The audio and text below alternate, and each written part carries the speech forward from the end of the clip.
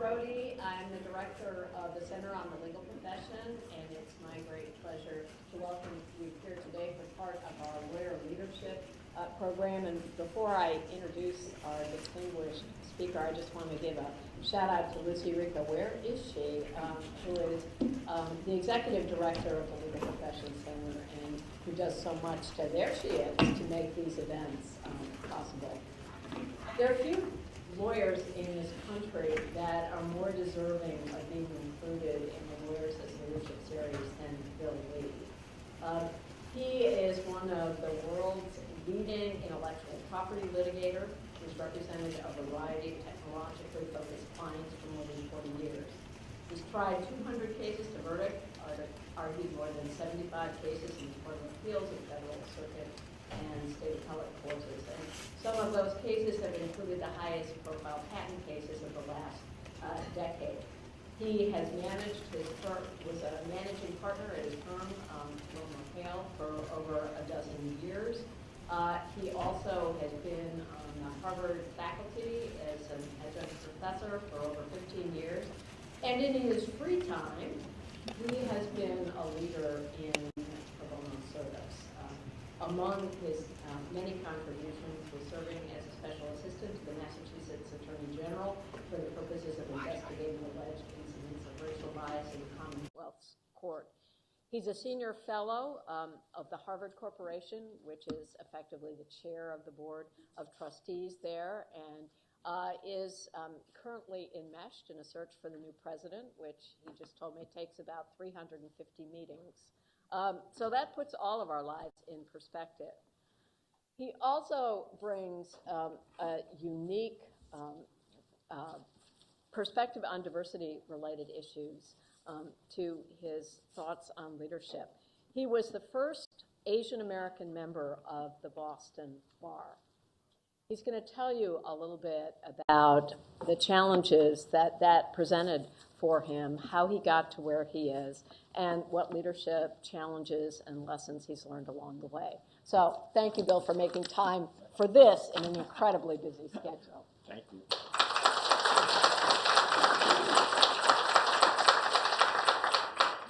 So thank you for having me. Good now? You can stop waving. Thank you for having me. I'll give you a little bit more about my background because Deborah asked me to, so you have some sense of where I came from. But then I'm going to spend most of the time for about 25 minutes or so talking about why leadership and teamwork are so important in the legal profession today, how things have changed, and at least give you a way to think about it. And part of this is taken from a course that I teach at a law school in Cambridge, Massachusetts. A required first-year course that is principally focused on some of the things I'm going to talk to you about, because there's been a fundamental change in the profession from the time that I became a lawyer. Just by way of background, my parents immigrated from China in 1948 without a penny to their name. To give you an idea of how different it was, at the time that they arrived, if you were a Chinese immigrant, you couldn't become an American citizen. You were barred by statute from becoming a naturalized citizen.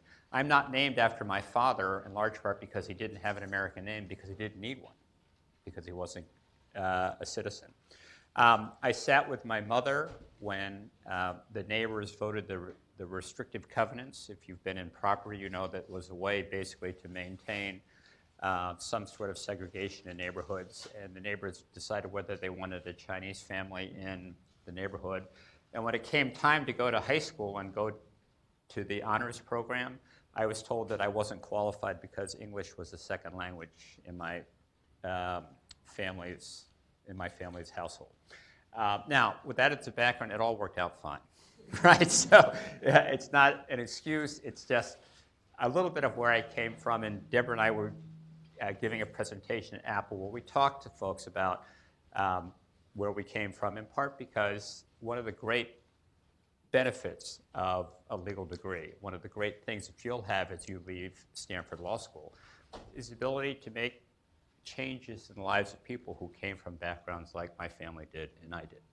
So that's all I'm going to say about my background, but I'm going to talk to you now a little bit about leadership and teamwork in the legal profession.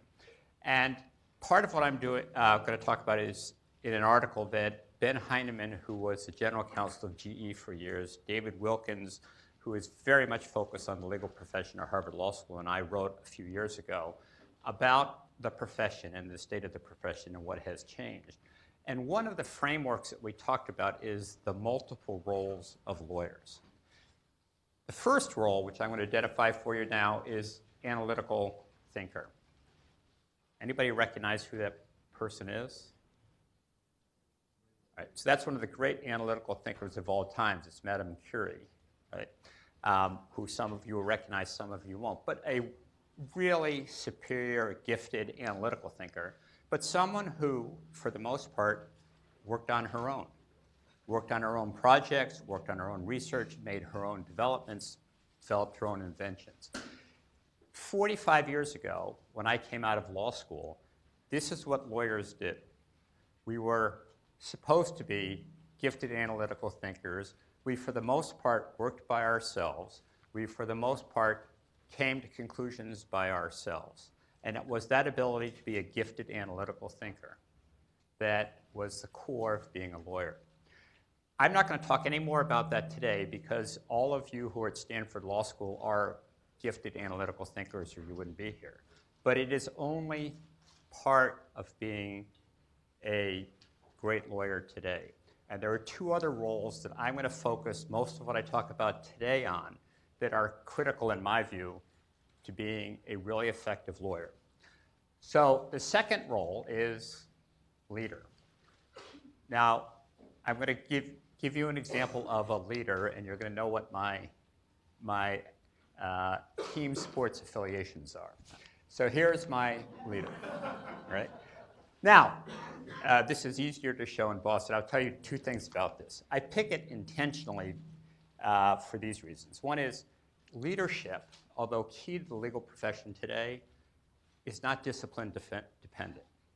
There are leaders in the symphony, there are leaders on football teams, there are leaders in politics, there are leaders in the legal profession. It is not discipline dependent. The second thing is I picked Brady in part because I think he is a good example of a leader. He's also a client, so it's a little easier to pick him. Now, one year I was asked to give a more fulsome presentation of what I'm presenting to you to all of the judges in the First Circuit. So all of the First Circuit Court of Appeals judges, Justice.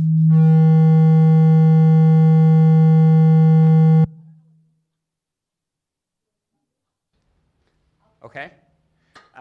Justice Breyer was there. We were doing leadership and teamwork in the legal profession at their judicial retreat.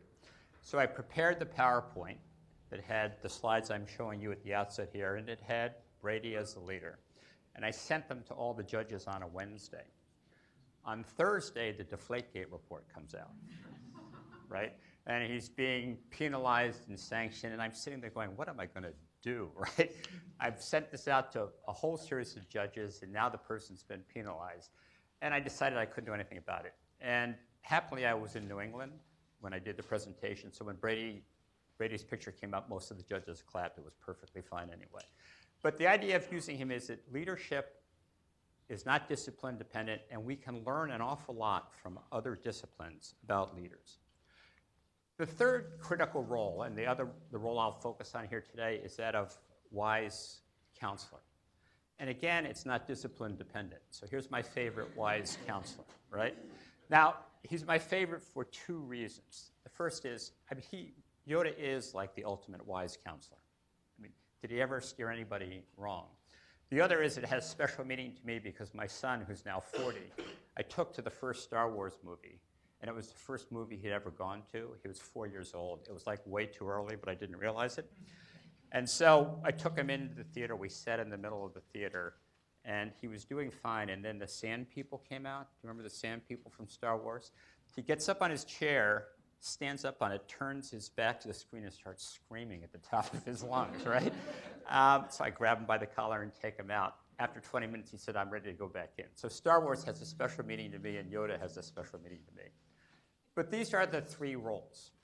And teamwork and leadership and teamwork and being a wise counselor are the single most critical aspects to me of being a successful lawyer today. And a lot of that requires you to work in teams. And I'll give you an example from my own experience that might help you, basically at least conceptualize this. When I was a first-year associate, I tried a 4-month jury trial that involved a claim by a group of Indians on the Cape Cod to an entire town. So it was several $1 billion at a time when $1 billion was a lot of money. And it was a 4-month jury trial every day, went to the First Circuit, went to the Supreme Court. The team was 3 people. It was the senior partner, me, and a paralegal. That was enough to do the case. There were no computers, right? There were no databases. My biggest job was to get all the exhibits, which fit into 3 cardboard boxes, back and forth to the courthouse every day without having them get wet. Fast forward 40 years, I was one of the lawyers who tried the Apple-Samsung case, so I represented Apple. Depending on what device you use, you either like us or hate us. But we tried a case for 3 weeks that resulted in a $1.2 billion verdict for Apple. The team was 60 people. And our team came from Boston, New York, Washington, Palo Alto, Los Angeles, London, and Frankfurt. And the discipline of every single one of these people was necessary to the end result. And the team of 60 was divided into teams of smaller teams, headed by folks who are only 4 or 5 years more experienced than some of you. And they were critical to making it happen. It's a result of the issues becoming more complex.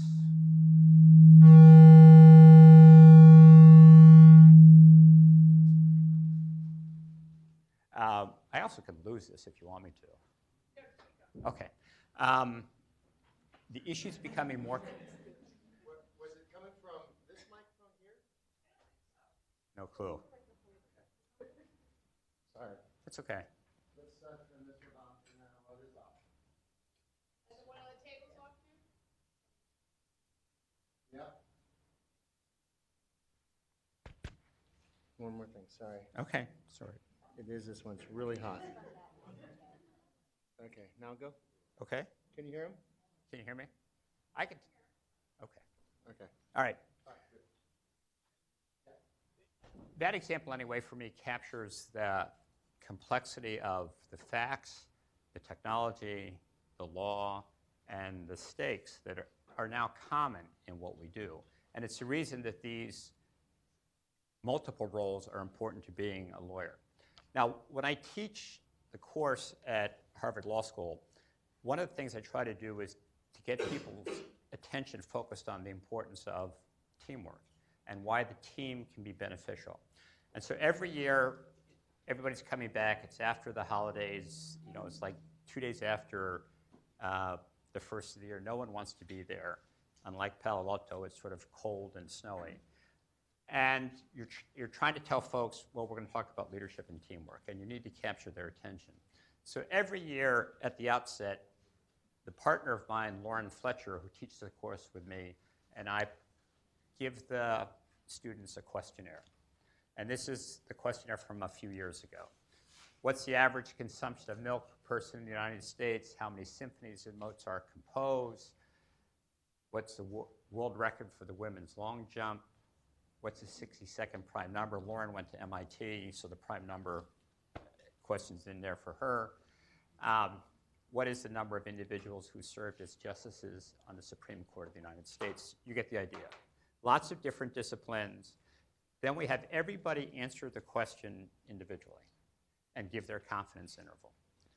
After they're done that, we announce that for the whole rest of the term, everybody's going to work in teams. And we have organized teams based upon people's background and intentionally put together people who are from diverse backgrounds, who've done different things and had different experiences.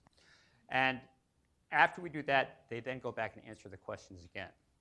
So we've now done about 1,000 students and run them through this exercise. And I want you to know, this is not something that we created. It's actually the result of social science research that's been done much more broadly. But the results now, having done this for 8 years in a row, are always the same. The best performing teams outperform the best performing individuals by a statistically significant margin, a substantial margin. The second result that always occurs is that the best performing teams do not have the best performing individuals on them. And this is sort of a demonstration of the wisdom of the crowd. Now, it's a little preordained because, as you can see, all 10 of the questions are from different disciplines. So the idea that Leonardo da Vinci is going to be in the first-year law school class and able to answer all of them is pretty unlikely. But every year, the results are the same. And they were compelling enough that we were actually asked to go down to the American Law Institute and make a speech at lunchtime of the annual meeting to present the results, because it's very much the crowdsourcing and wisdom of the crowd that the ALI uses to help develop the law. Now, I'll tell you one vignette. On question 9, one year we asked, what is the number of individuals who have served as justices on the Supreme Court of the United States? And one year I had one student who got it exactly right. It was 112 at the time. And then she let her team talk her out of it and talk her into a higher number. But I was curious as to who would get it right. So I went and checked her name, and it was Rachel Kagan.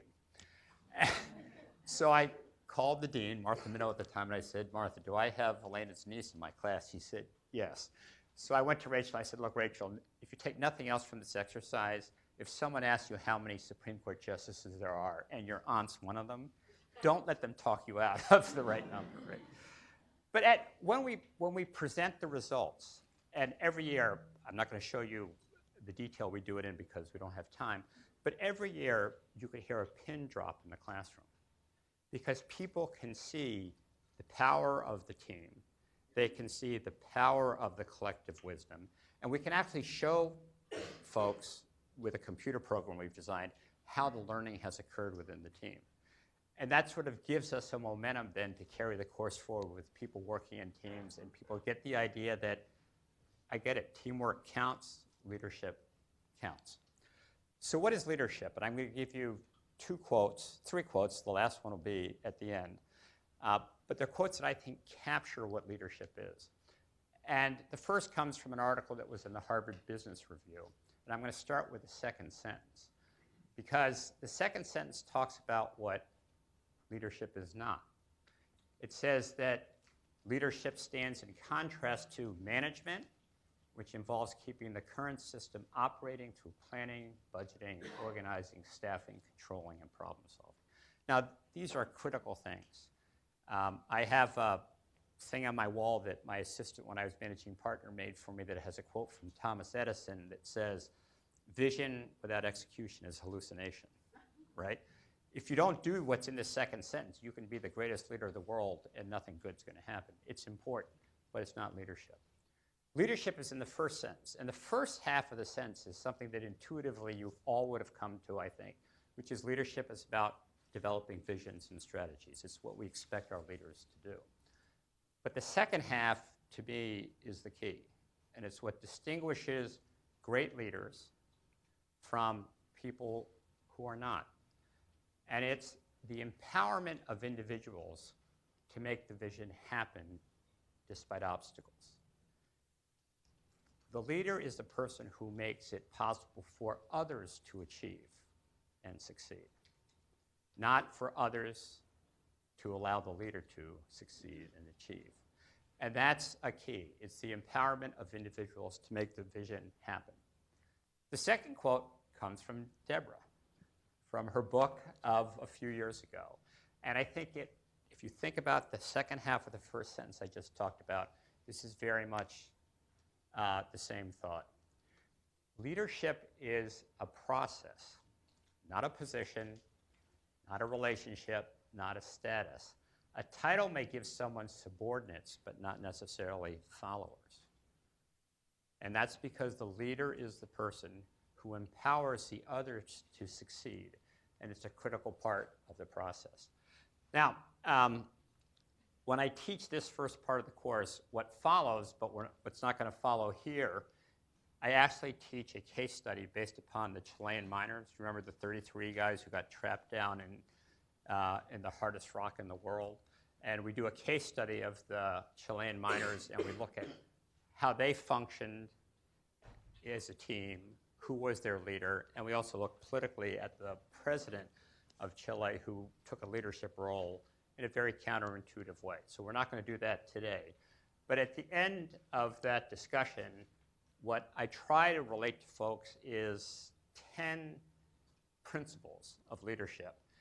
There are things that are not limited to the legal profession, but based upon now having been a lawyer for about 45 years, there are principles that at least seem important to me, and in the different places I've been have been important.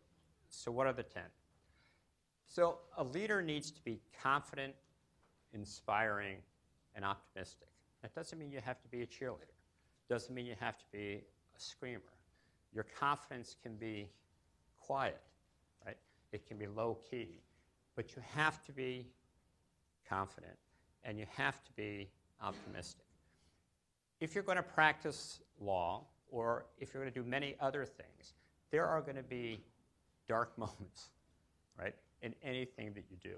If you end up trying to do what I do, which is try cases, which I've now been doing for 40-some years, there are really good people on the other side, and they're spending 24 hours a day trying to figure out how to make their life miserable and ensure that you lose, right? If you don't think there are going to be some dark days, right, you need a different profession, right? You have to be able to be optimistic, even in the darkest times. Abraham Lincoln actually was a great example. I mean, he probably suffered from depression, right? But at some of the most critical times, he could still communicate hope and optimism. The second is the leader needs to be decisive but empathetic. And this goes back to Deborah's quote. I think many people would think that the leader has to be decisive. You have to make decisions. But you have to be able to be empathetic with the people who are looking to you for leadership. You have to be able to listen to them. You have to be able to understand them. Then you can decide. The third is the leader assembles a group of folks who are diverse. Diverse in the sense that your law school class may be diverse, but actually there's a different type of diversity, and it is diversity in experience and expertise.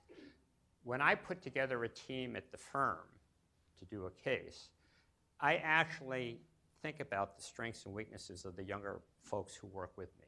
Some of them are just unbelievably gifted thinkers, more gifted than I ever could hope to be myself.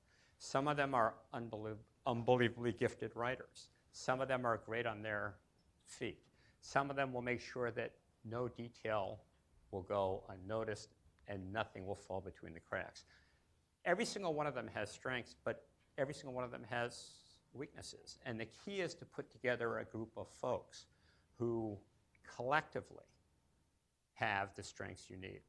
The example I use internally at the firm is I have a partner who for years tried cases with me. His name's Jim Quarles. He's not now because he's gone over with Bob Mueller to become his deputy as the special counsel. So he's doing the country's work. But we tried cases for 40 years. He is a better lawyer than I ever will be. He thought through things at a level that I didn't. He thought around corners in a way that I could. He thought 6 or 7 steps down the road in a way that I couldn't. I've done a little bit more than he has in the courtroom, trying cases to juries, trying to communicate to 8 people in a box that can't talk to you, and trying to convince them that your way is the right way. Together, we were just a great team. He was contemplative, thoughtful. I was ready to make decisions quickly, and you put us together, and we were a good team. That's part of what a leader needs to do. The fourth, the leader needs to have a split-screen focus. The leader needs to be sure that he or she understands the details, and the details that need to be attended to, the goals that need to be accomplished, but never losing sight of the big picture. If I did the Chilean miners case with you, what you would see is they had this marvelous low-key leader who first didn't assume leadership right away, even though he had the title. And then he was able to basically communicate a vision where he had a big picture goal, which was get everybody out of here alive. But then he did all these little things, like having daily prayer. They were all Catholic. By having them engage in tasks that might be useful if anybody ever discovered where they were. He had attention to the big picture, but he also gave attention to the little things that gave them something to do, but also indicated to them that there was some reason to be optimistic because they were doing things that would be useful if they were saved. So it is this attention to the big picture and small detail. The leader articulates clearly a common goal. Now that seems really obvious. It's harder for lawyers than you might think, because one of the things we're trained to do is to identify ambiguity and risks and places where there's a lack of clarity. But sometimes if you're the leader, you need to communicate to folks, either by words or by action, exactly what it is that the common goal is.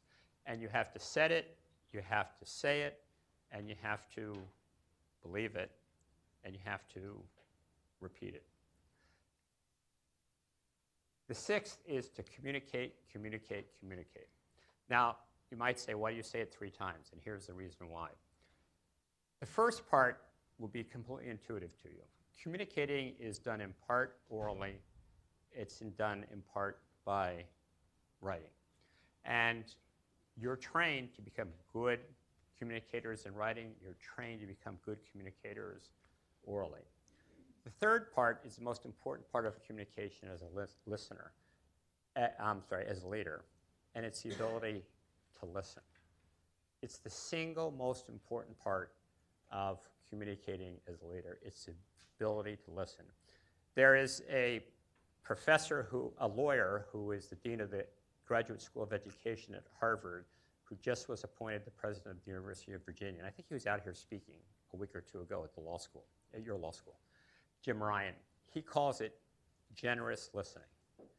It's the ability to listen to the other person. More importantly, it's the ability to put yourself in the position of the other person and to think about what they're hearing and what they're understanding and what they want. It can be critical to developing teams.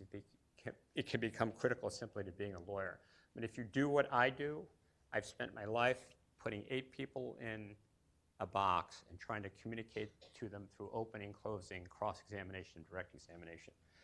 It doesn't matter what I think I'm saying at all. It doesn't matter what I hear myself saying at all. All that really matters is what they hear and what they understand. And that's a critical part of communicating as a leader. What are the other people hearing? What is their perspective? What do they understand, and what are they taking away? The 7th is never ask a team member to do something you have not done or will not do.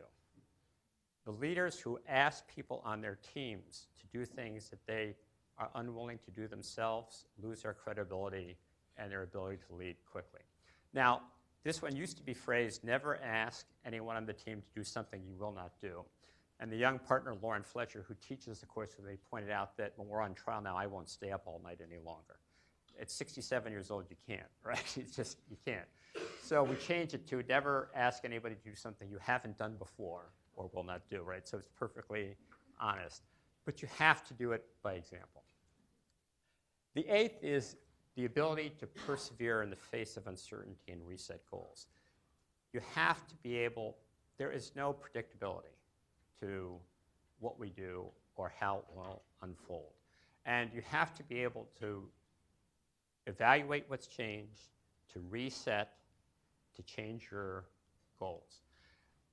When I joined my firm in 1976, we were 60 lawyers in Boston, Massachusetts in total.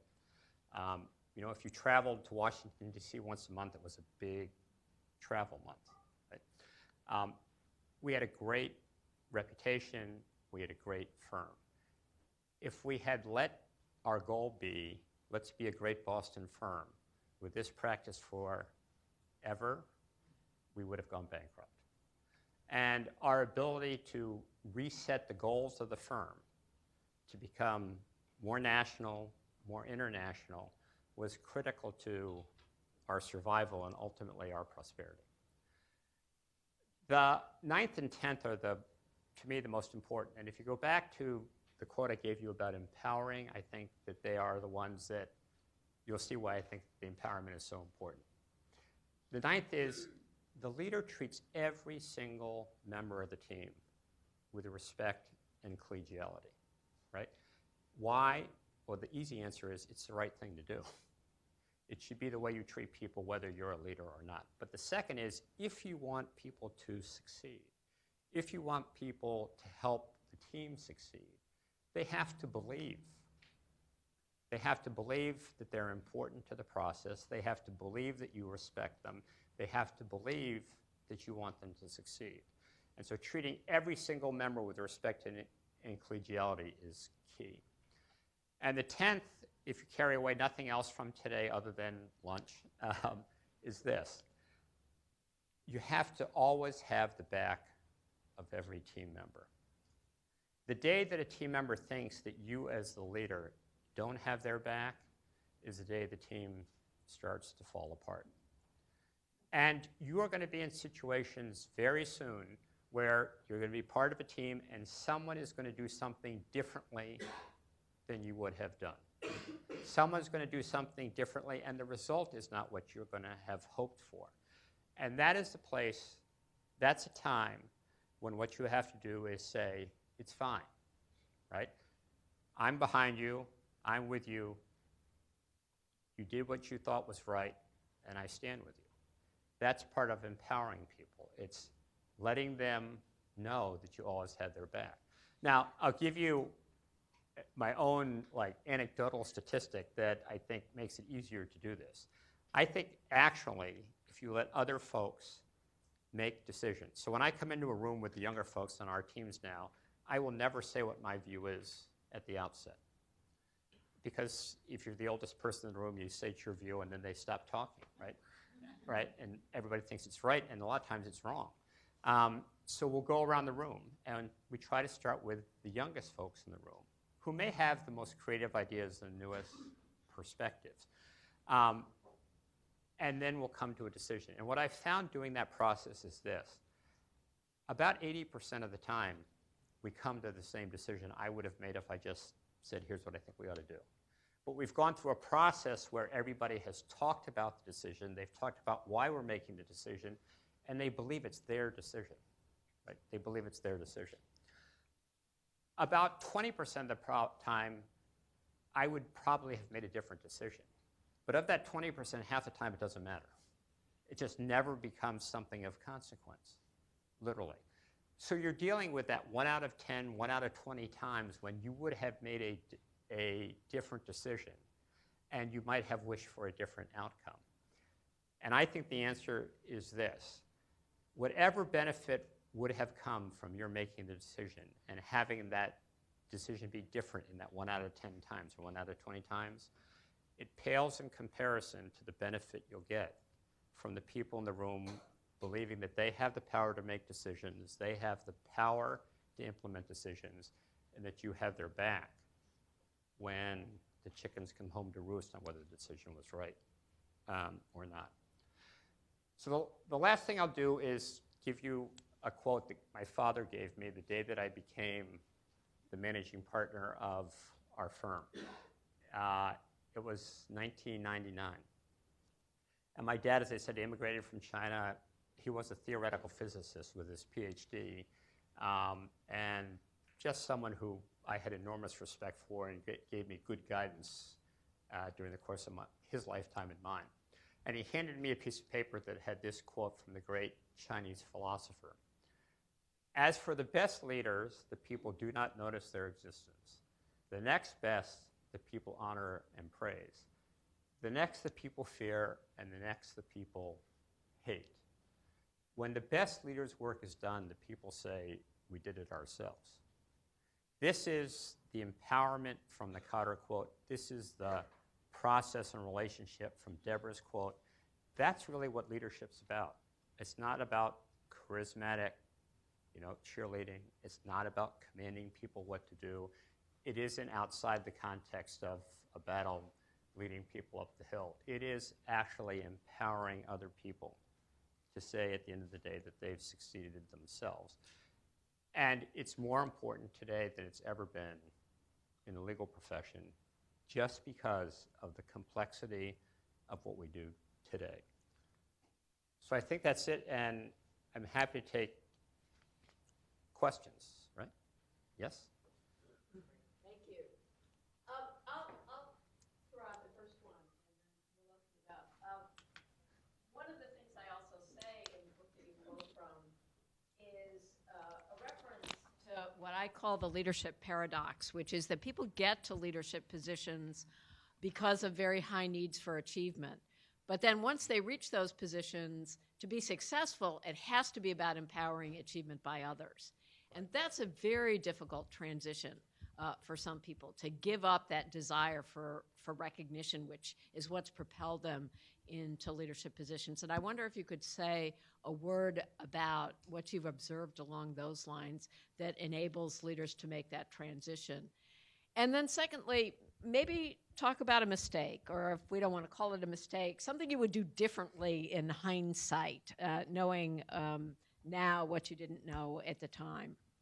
Let me take the last first, and then I'll come back to it. I have a routine that I follow every week, and I love to run. I played soccer in college. I played till I was like 50, but I like to run. Now, as I say, when I was in my 40s, I was running. In my 50s, I was jogging. Now I'm shuffling. But I get out there and I shuffle on Saturday mornings. For the last 25 years, I actually, this is going to sound weird to you, I have something that I do, and it is I take a slightly longer run, and I think about the 3 biggest mistakes I've made during the week. Now, I want you to know that after 25 years, I have no trouble filling up the 3. When my kids were younger, they often were about my kids, but a lot of them have been things that we've done in cases, things that I've done professionally, things that we've done at the firm, particularly when I was managing partner, how we dealt with folks. I could give you a whole series of things that I did that I would do differently, and I think that they were mistakes. I think in some circumstances they turned out to be incorrect. I've had cases where I've made a decision that we were going to keep the case in jurisdiction X, and when the jury got impaneled, it was quite clear that was like the dumbest mistake that I could have possibly made. I think what I try to tell the young folks at the firm, and there are some folks from the firm at the back of the room, is this. Mistakes happen. They happen every single day. As you can tell from my sort of silly protocol, they happen to me multiple times during a week. It's actually what you do after the mistake has been made and what lesson you learn from the mistake that makes a difference. And there are, I can tell you strategically in running the firm, there were times when I can think of 2 decisions I made in the area of expanding the practice into specific areas and decided not to. And I would tell you that it was a mistake, that we should have taken the opportunity to expand in that area, to acquire that group. And there were 2 things working. One is I just wasn't sufficiently sure, and the second is my very, very best friend in the world was the head of the corporate practice, and he was urging me not to. And at the end, I would say that friendship probably trumped my judgment strategically. I'm not sure I feel bad about that, but it was a mistake. It was a mistake for the firm. To go back to the first part of the question, if you think about the first slide with Madame Curie, when I came out of law school, if you did really well in college, you got into a good law school, individually. If you did well individually, you got into a good law school. If you did well at law school individually, you got a good job. You got to clerk, right? You got to go to a good public institution, a good private institution. You got a good job. If you came to our firm and you did well for 8 years individually, people would say, you become a partner. Now you're about 35 years old, and the practice has changed, and all of a sudden people are turning around you and say, okay, now lead.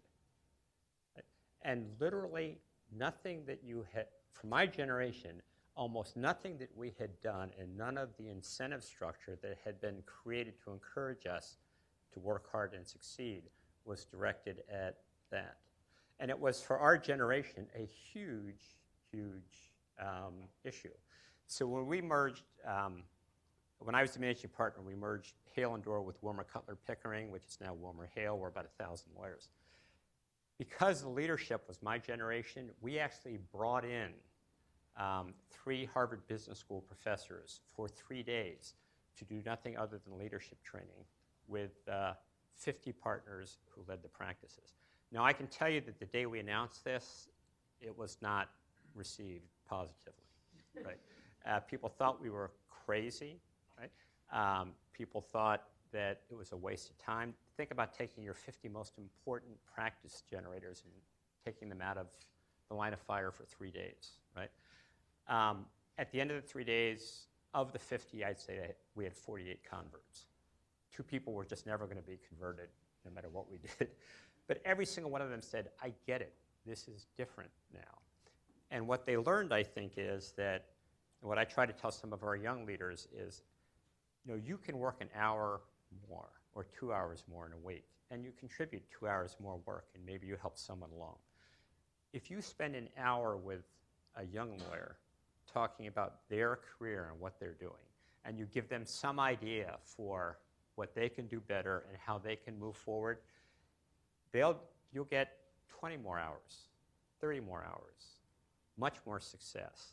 The leverage you get from spending that time with those other people is what the leader has to do. That's a hard thing to do if what you're looking for is your own personal accolades, right, and your own personal success. The great leader needs to be someone who, that's not the focus. And this is only slightly confidential, but as Deborah said, I'm chairing the search committee for the new Harvard president. And we have an extraordinary president today.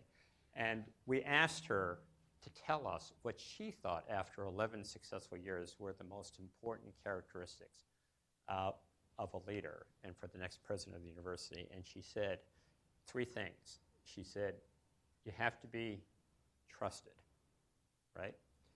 You have to be humble, and you have to listen. Now, I hope I picked up at least most of those during the course of my 10, but think about those. None of them are about yourself. They're all about others, and it's what's made her just an extraordinary, extraordinary success. Yes? Regarding the quote on the last slide, how do we lead people if they don't even notice our existence?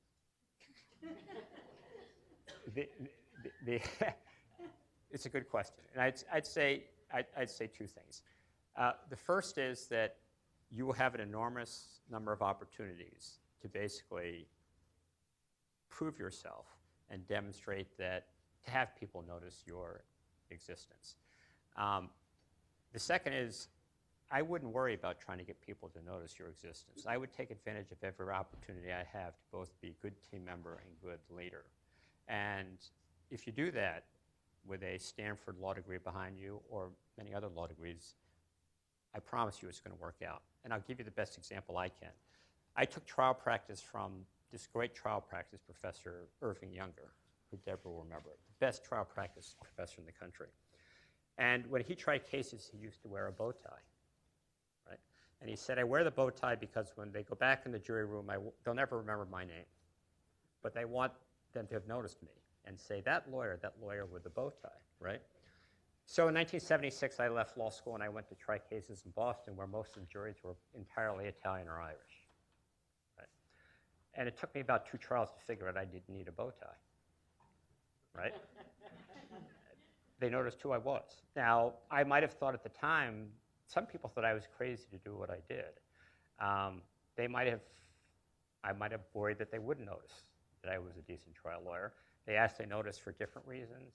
It actually worked out fine. And ultimately was a big advantage. I think that if you take advantage of the opportunities that you'll have, if you take advantages to do the kind of work that will make you feel good as a lawyer and good as a contributor, then you'll end up with people who will notice. And you'll end up with it as part of a team where people do notice that you feel good about it and they feel good about it. But you have to trust a little bit. You have to trust a little bit. Oh, sorry, do you mind going to the microphone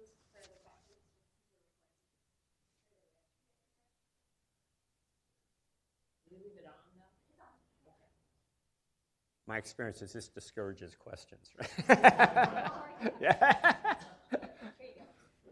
Sorry, it's just that we're recording.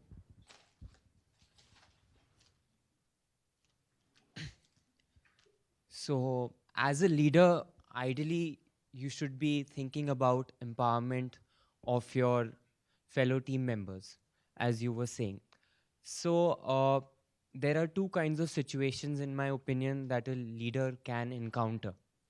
Now, the first situation is that when you have somebody in your team whom you feel is ripe to take your position and it's time for you to step down, how is it that you identify that the person who is wanting to or is desirous to genuinely take up your position, the right person, or is he the person who has an ulterior or a malicious intent to usurp your position and then exploit the position that you may be in?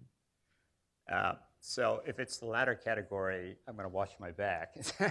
um, I would rephrase, and I've now had enough positions at different places in management, on our trial teams when I was on the Iran-Contra staff, to have thought about succession, which is really the question. And I would say two things.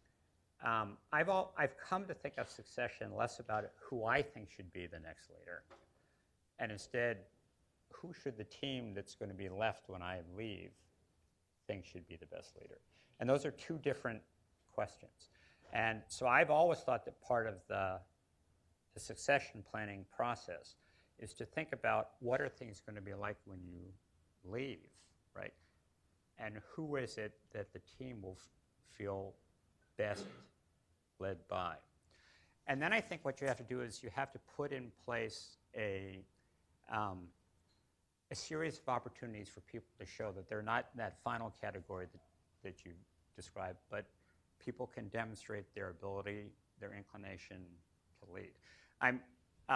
My term as a senior fellow at the Harvard Corporation ends in 2022. So part of the process I'm going through right now is we are bringing people on in the next 2 or 3 slots, knowing that they could be, will have to be, the successor in my position. We're trying to put in people who are different, who are diverse in perspective, diverse in experience. And then I think we'll look and say, for the people who are left after my term is up, who best can lead them? And I think that's the right question. And when we did my successor as managing partner is a woman named Susan Merling. We went around and talked to every single partner, and we didn't take a vote, but we had a pretty good sense of who they would feel good being led by.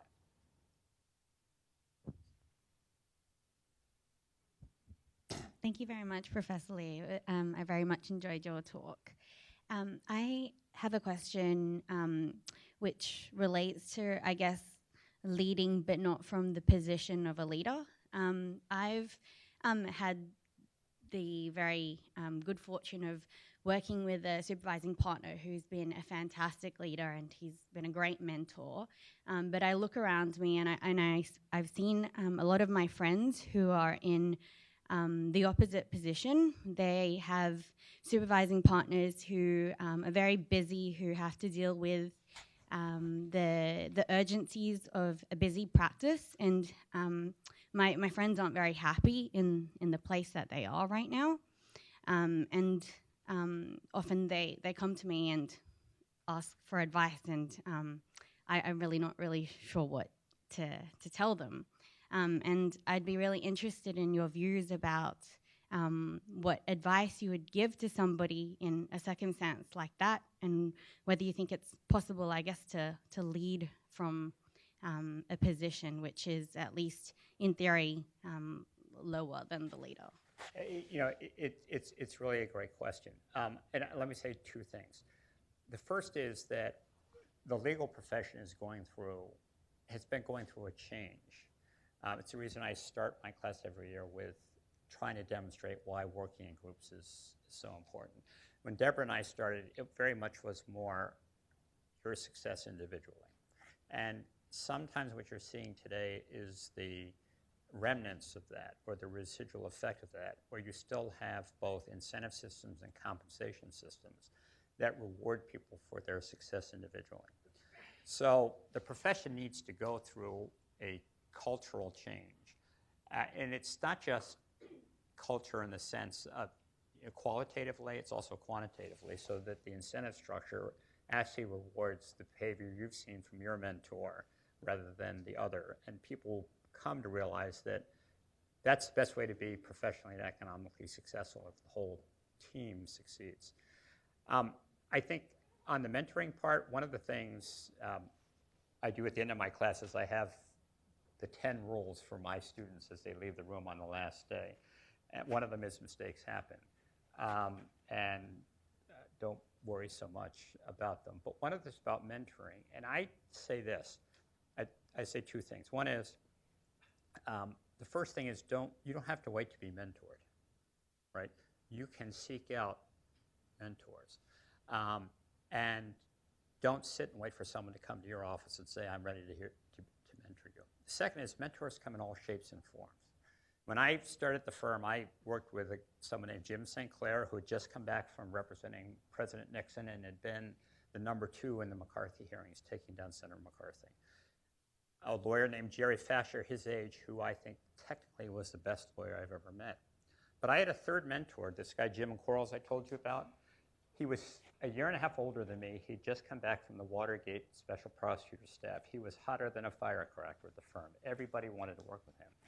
My class at the firm was 11 people, 10 people from Harvard Law School and the Chinese guy from Cornell Law School. So if you don't think that I didn't think every day that I didn't belong, right, you'd be wrong. And I was a little uncomfortable. And Quarles came into my office 6 months in, and he said, hey, look, we're so close in age, we're never going to work together, right? But I know this is like an intense place, and you're working with Jerry and Jim. I will read everything you write for the first 6 months. And I'll just tell you how I would do it differently. I will tell you what could make it better, and then you'll at least feel comfortable when it is handed in. Now, the end result is we ended up working a ton together later on, right? But I can't tell you that for the next year and a half what a difference that made. So he's a mentor, but in a different way. So I think the way to think about mentoring is there are lots of different ways to get mentored from a lot of different arenas. Seek them out, right? And try to get the benefit from all of them. Does that answer the question? I think that covers part of it. I think it covers part of it, but I'm also interested in I guess, the role of a more junior person in being able to shift the leadership or the practices of the leaders in a law firm. Really good point. The first thing, I would say these things. On our Apple Samsung team of 60, first, on the teams, I had some teams led by people who were 3 or 4 years out of law school. So they were very young people, but they were leading teams. And Judge Koh had this procedure where we had to brief things overnight. And as I said to you, I wasn't up then. So they were led by relatively young people. You will be leading teams sooner than you can imagine, even at a young level. My daughter is 6 years out of law school, and she is an AUSA at the Eastern District of New York prosecuting terrorism cases in West Africa. And they're her own cases. So, it'll happen quickly. But one of the reasons that when I sit down with a group of people I'm working with and I go around the room and I try to start with the youngest person is because that's sort of the first thing is they have a lot of good ideas. And they've thought about it maybe more than other people. But it gives them an ability to help lead the discussion and lead the team. And over time, when that happens repeatedly, they gain a confidence. They get noticed, to go to your question, right? They gain a confidence, right? And the team becomes more cohesive. And so I think that there are more opportunities as a young person than you can ever imagine to take a leadership role and to empower others. And I think it's a job of the old folks like me to find those opportunities for the young person. Okay.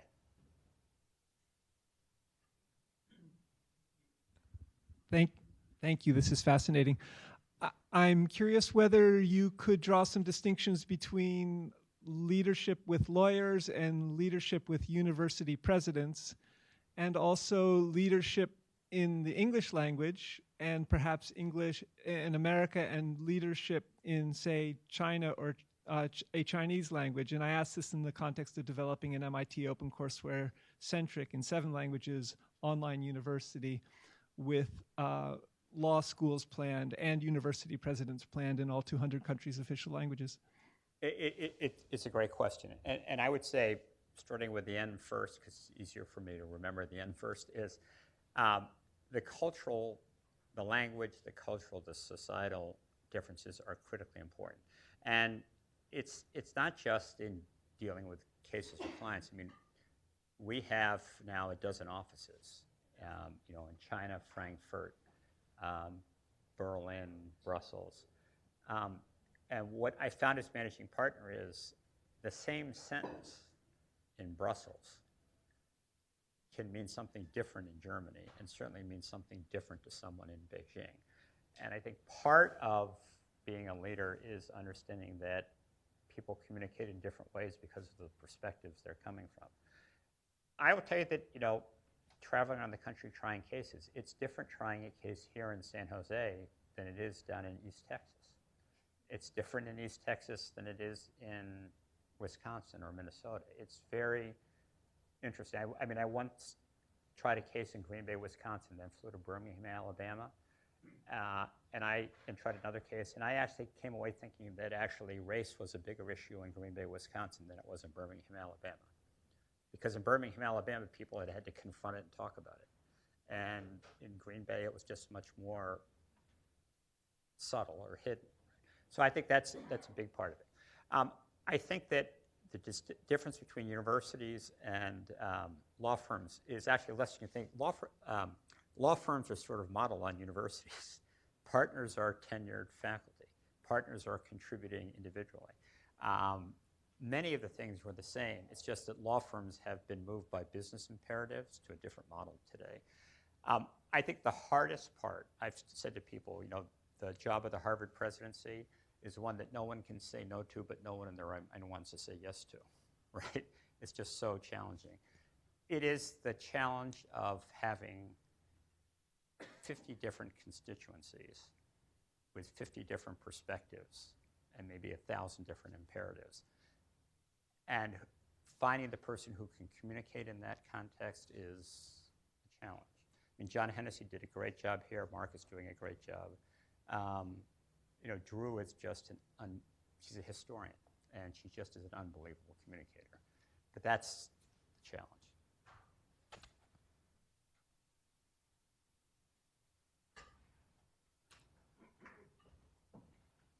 You get the last one. Last.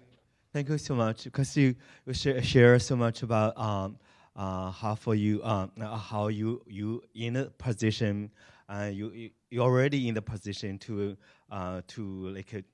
really make the leadership work for the entire group. But my question is more like how can you just share your personal story for how for you become a leader in that position? That's a kind of, for me, that's kind of more important question for me to ask. Thank you. I'd say two things. How I ended up having leadership positions in law, I'll tell you first how I ended up in the law, which is, as I said, my father was a theoretical physicist, and he took me to Harvard College, and I was the oldest of 3 boys. And we put my stuff in my dormitory, and he said to me, let's take a walk. So we started walking down Mass Ave in Cambridge, and he said, so you're going to be a scientist? And I said, I am, Dad, just like you. And we walked another few steps, and he said, well, if you want to be a scientist, you need to be a deep thinker. And I said, okay, I'm dead. And we walked another few steps, and he stopped, and he looked me right in the eye, and he said, well, son, you're not. He said, you're a really fine soccer player. You have other skills. Change your major. Something will work out, right? So I changed my major. I became a lawyer, and it worked out. Now, both my brothers are professors at Harvard Medical School, so that would lead you to conclude they didn't get the same talk. right? So I didn't go into the law looking to be a leader, right? I actually went to law school because, I went to college between 1968 and 1972, so we were in the heart of the Vietnam era. You went to law school because you thought you could help change people's lives in a meaningful way. So my biggest activity when I was in law school was I was the president of the Legal Aid Bureau, and that's what I spent my time doing. And then I think when I came to law school and I left law school, I think I can fairly tell you that I never was looking. I never, to go to your question, I never set as my goal to become the leader. And in fact, when I was first asked to become the head of the litigation department of the firm, I said no, because my kids were just young. I think a lot of it comes from if you do the best you can on what you have, you'll get noticed. If you do it working with other people and the teams and the groups you're working with start to succeed collectively, then people may think that you're the right person. And so I can promise you that the day I left law school, I never thought about becoming the managing partner of the firm because I didn't know there was such a thing. I mean, literally. I never thought about becoming the senior fellow at Harvard because it's just such a historic position at the place that you just don't think about that as your goal. I do think it's a lot of doing your best every day, taking the opportunities that come to you every day, doing the kind of things that help change your life and change other people's lives. And if you do it reasonably well, some people are going to notice and say, okay, be a leader. And then hopefully you've developed the skills that allow you to do so. Okay? Great. Thank you.